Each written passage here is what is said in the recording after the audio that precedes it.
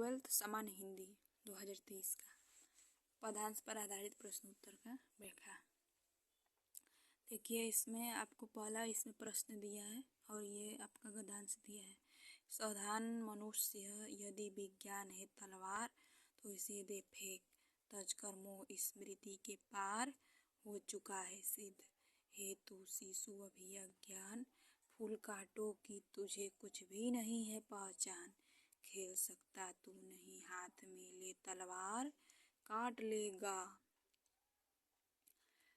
अंग तीखी है बड़ी यह तलवार, बड़ी यह धार। और ये इसमें पहला आपसे क्वेश्चन पूछ रहा है कि पदांश के शीर्ष और कवि का नाम बताइए। तो आप इसे आसान भाषा में लिख सकते हैं कि शीर्ष मतलब किस पाठ से लिया गया है। तो शीर्ष इसका है अभिनव मनुष्य और कवि इसके हैं रामधारी सिंह, श्री रामधारी सिंह दिनकर।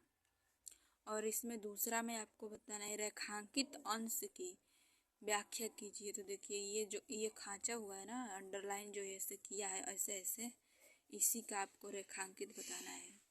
तो इसमें दिया है हो चुका है सिद्ध, मतलब रामधारी सिंह दिनकर मनुष्य को सचेत करते हुए कह रहे हैं कि हो चुका है सिद्ध,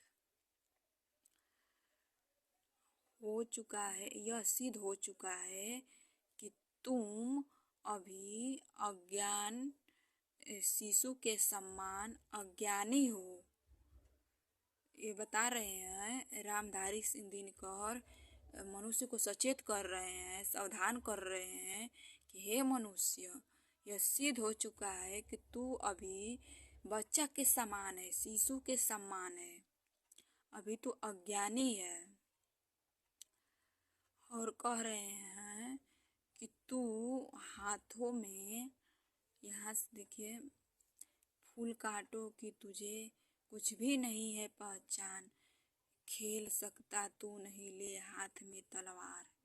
ये रामधारी सिंह दिनकर कह रहे हैं कि तुम अपने ही सर्वनाश करने पर तुले हो, तुझे कुछ नहीं पहचान है कि क्या फूल है और क्या कांटा है। या आप इसको लिख सकते हैं कि तुझे कुछ भी पता नहीं, पहचान नहीं कि क्या लाभदायक है और क्या हानिकारक है। और इसमें कह रहा है कि जैसे अणु बम का प्रयोग विज्ञान पर गौरव प्राप्त करके मनुष्य ने अपनी अबोधता और विवेकहीनता को सिद्ध कर दिया है। रामधारी सिंह दिनकर कह रहे हैं कि जैसे अणु बम बना है तो मनुष्य ने अपनी अज्ञानता और अबोधता, अपनी विवेकहीनता को सिद्ध कर दिया है। और आपका ये तीसरा पूछ, खेल सकता तू नहीं ले हाथ में तलवार, काट लेगा अंग तीखी है बड़ी तलवार। ये द्वितीय रेखांकित अंश में कवि रामधारी सिंह दिनकर मनुष्य को सचेत करते हुए कह रहे हैं कि हे मनुष्य, यह विज्ञान रूपी तलवार, ये विज्ञान रूपी तलवार को हाथ में लेकर खेलने में सक्षम नहीं है। तू तनिक भी असावधानी बरतेगा तो तेरा अंग कट सकता है। तनिक भी अगर असावधानी हुई तो तेरे अंग कट सकते हैं। और ये हो गया, यहाँ से आपका खत्म हो गया व्याख्या वाला रामधारी सिंह दिनकर। आप ऐसे भी आसान भाषा में आपको नहीं कुछ याद आ रहा है तो बस आप लेखक का नाम जान रहे हैं कि रामधारी सिंह दिनकर हैं। अब यहाँ से इसको उतार दीजिएगा कि ये रामधारी सिंह, यहाँ से लिख लीजिए कि मनुष्य को सचेत करते हुए मनुष्य को रामधारी सिंह दिनकर कह रहे हैं कि हो चुका है सिद्ध। ये भी आप ऐसे सेम का सेम उतार सकते कि हो चुका है सिद्ध कि तू अभी बच्चा है, शिशु के समान है, तुझे कुछ नहीं ज्ञान है। और फूल काटो कि तुझे नहीं है पहचान, तुझे ये भी नहीं पहचान है कि क्या फूल है क्या कांटे हैं। फूल काटो कि तुझे भी नहीं पहचान, या आप यहाँ अर्थात में लिख सकते हैं कि क्या लाभ है और क्या हानि है, तुझे ये भी नहीं पहचान है। अणु बम बनाकर खुद ही तुम लोग मनुष्य ने अपने अविवेकहीनता को दिखा दिया है। और दूसरा में कह रहा है कि तू अगर अगर तू तलवार लेकर खेलेगा तो तनिक भी असावधानी होएगा तो तेरा अंग कट जाएगा। और इसमें यहाँ पे से उतार सकते हैं, यहाँ से खेल सकता नहीं तू ले हाथ में तलवार। और मनुष्य को रामधारी सिंह मनुष्य को सचेत करते हुए कह रहे हैं कि तू हाथ में तलवार लेकर नहीं खेलने में सक्षम नहीं है, क्योंकि तेरा धड़ कट जाएगा अगर तनिक भी तू असावधानी करेगा तो। ये तो बताना है इसमें, बस ऐसे आप बता सकते हैं। और नहीं याद है तो इसी में से देखकर उतार दीजिएगा, कुछ नहीं समझ में आएगा दूसरा दे देगा तो यहाँ से आप पढ़ पढ़ कर देखिए। तीसरा में पूछ रहा है कि कवि ने भौतिकवादी और वैज्ञानिक युग के मानव को क्या चेतावनी दी है। तो क्या चेतावनी दी है यह कि तू अभी, इसमें आप बता सकते हैं कि तू अभी सावधान नहीं हुआ है। यहाँ से आप बता सकते हैं कि तू अभी सावधान नहीं हुआ है, तुझे विज्ञान विज्ञान के दुष्परिणाम भोगने पड़ेंगे। इसमें आप लिख सकते हैं कि तू अभी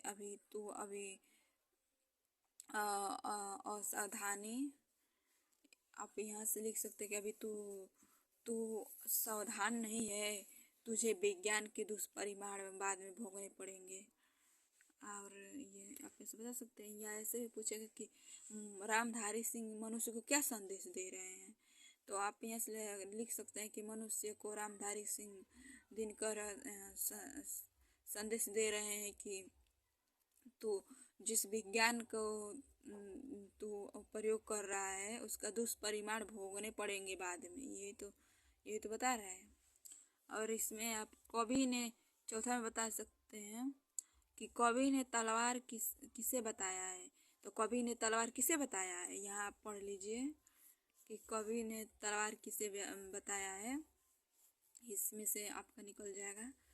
तो कवि पढ़े थे ना कि यदि विज्ञान है तलवार, तो तलवार किसे कहा गया है। यहाँ पे आप देख सकते हैं तलवार किसे कहा गया है। यहाँ पूछ रहा है कि तलवार किसे बताया गया है। तो तलवार किसे आपको बताया गया, देखिए यहाँ आपको उत्तर मिल गया कि यदि विज्ञान है तलवार तो तलवार को विज्ञान बताया गया है। यहीं से आपका आंसर इसका हो जाएगा। यहाँ से कवि ने तलवार किसे बताया, तो यहाँ से आप विज्ञान को लिख सकते हैं। यहाँ पे किसे की जगह पर यहाँ विज्ञान लिख दीजिएगा। और इसका इस्तेमाल करने से मनुष्य को क्यों क्यों मना किया जा रहा है, क्योंकि इसलिए इसके इस मनमानी कीड़ा का माध्यम बना लेना स्वयं का नुकसान है। इसलिए इसे प्रचंड प्रभाव से बचने के लिए मनुष्य को मना किया जा रहा है।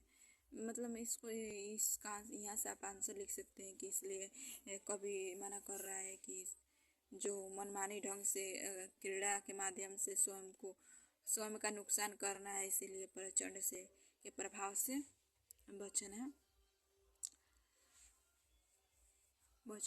मनुष्य को मना किया गया है। या यहाँ से विज्ञान की तलवार क्यों कहा गया है, तो वही यहाँ आंसर दिया है इसका। देखिए चौथा कि कवि ने विज्ञान को तलवार बताया है और इसे मनमानी कीड़ा का माध्यम बना लेना स्वयं को नुकसान करना है, इसलिए इसे प्रचंड से बचने के लिए मनुष्य को मना किया गया है। और इसमें आपका चौथा में बताना है कि तलवार शब्द का परिभाषी क्या होता है। तलवार को आप खंडहक या खंडक तथा कृपाण भी कह सकते हैं। तलवार का परिभाषी क्या होता है, खंडक तथा कृपाण है। इसका परिभाषी तलवार का होता है। और आपका छठा दिया है कवि मनुष्य को सावधान क्यों कर रहा है। पढ़े थे ना उधर।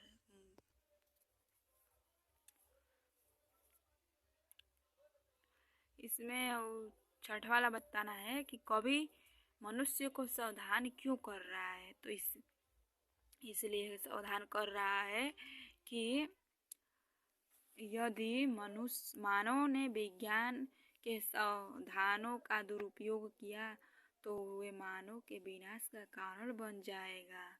और ये कर रहे हैं मनुष्य को, इसलिए मना कर रहे हैं कि अगर तू इसका दुरुपयोग करेगा तो तेरा विनाश होएगा, विनाश का कारण बन जाएगा। और आपका यहाँ 7वां में किसकी बड़ी बड़ी तीखी धार है। किसकी बड़ी तीखी धार है। यहाँ मनुष्य को अज्ञान शिशु इसलिए कहा गया है क्योंकि उसे यह ज्ञात नहीं कि वह जो क्रियाएं कर रहा है और जिस प्रकार से विज्ञान का दुरुपयोग कर रहा है उसके कितने विध्वंसकारी परिणाम होंगे, यही आपको बता रहा है। और ये इसका है 7वां का मनुष्य को क्यों अज्ञानी पुरुष क्यों कहा गया है, या कभी मनुष्य की तुलना अज्ञानी शिशु से क्यों करता है।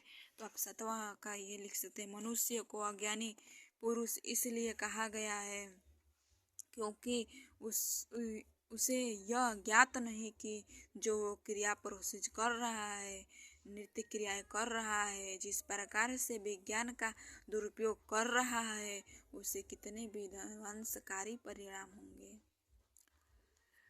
8वां में बताना है कि किसकी बड़ी तेज धार है। तो ये आपका है कि विज्ञान रूपी विज्ञान का ये बड़ी तीखी धार है, यही आपका लिखा है। और आपको 9वां में बताना है कि कवि ने किसे फेंक देने के लिए कहा है। तो यही है इसका आंसर, फेंक देने के लिए कहा है। कवि ने विज्ञान को तलवार बताया है और इसका इस्तेमाल न करने की मनुष्य को सलाह देते हुए कहा है कि विज्ञान को मनमानी क्रीड़ा के माध्यम बना लेना स्वयं का नुकसान करना है। साथ ही कहा है कि इससे होने वाली प्रचंड परिमाण से बचना चाहिए। यह बता रहा है, देखिए यहाँ पूछ रहा है कि किसे फेंक देने, तो जो विज्ञान रूपी तलवार बनाया गया है उसी के बारे में ये बता रहा है कि इसका इस्तेमाल मनुष्य को सलाह देते हुए कहा गया है कि मनमानी माध्यम से स्वयं को नुकसान करना। साथ ही कहा गया है कि इससे होने वाले प्रचंड से बचना चाहिए। 10वां में देखिए, कवि ने इसका मतलब ये 9वां वाला था कि कवि ने तलवार किसे बताया है और इसके इस्तेमाल करने से मनुष्य को क्यों मना किया गया है। तो 9वां का ये कवि ने मनुष्य को तलवार बताया है। अरे कवि ने विज्ञान को ये कवि ने विज्ञान को तलवार बताया है और इसका इस्तेमाल न करने की मनुष्य को सलाह देते हुए कहा है कि विज्ञान को मनमानी कीड़ा का माध्यम बना लेना स्वयं का नुकसान करना है। साथ ही कहा गया है कि इसे होने वाले प्रचंड परिमाण से बचना चाहिए। और 10वां में कवि किसे फेंक देने के लिए कह रहा है। तो ये आपका है कुरुक्षेत्र महाकाव्य का अंश है। और 11वां में ये 12वां में आपको पूछ रहा है कि कवि ने किसे फेंक देने को। तो तलवार, ये आपका विज्ञान रूपी तलवार को, या किसको फेंकने की तलवार कह रहा है, जो विज्ञान रूपी तलवार है उसी को फेंकने की बात कर रहा है। इसमें आंसर आपका दिया था, ये यहाँ विज्ञान रूपी तलवार को फेंक दे। ये देखिए इसमें दिया है कि फेंक दे तलवार विज्ञान रूपी। तो यही से इसका यहाँ प्रश्न बन गया है कि कवि किसे फेंकने को कह रहा है। तो यहाँ से आप लिख सकते हैं कि विज्ञान रूपी तलवार को कवि फेंकने को कह रहा है। देखिए यहाँ से आपका आंसर मिल गया। यहाँ से सब आंसर इसी से बना है। अब देखिए 11वां का काव्यांश अंश में आपको बताना है, तो इसमें आपका कुरुक्षेत्र महाकाव्य हो जाएगा। और ये 12वां में दिया है कि मनुष्य को किस चीज की पहचान नहीं है, मनुष्य को किस चीज की पहचान नहीं है, आप यहाँ देख सकते हैं। इसमें बताया था ना कि कुछ भी पहचान नहीं है उस लाभानी का। वो देखिए यहाँ आंसर भी वही दिया है कि मनुष्य को आविष्कारों के कारण वातावरण में विनाश की परिस्थिति की पहचान नहीं है। वही मतलब यहाँ दिया है ना कि फूल कांटों को मतलब उसको विनाश से क्या होएगा उसको कुछ नहीं मालूम है। Thank you. एंड हो गया, इतना ही बस इसमें दिया था। अब यहाँ से आप बस इसको कुछ भी नहीं आ रहा हो तो इसको पढ़कर आप उसको देखकर आंसर लिख सकते हैं। Okay, thank you so much, good bye.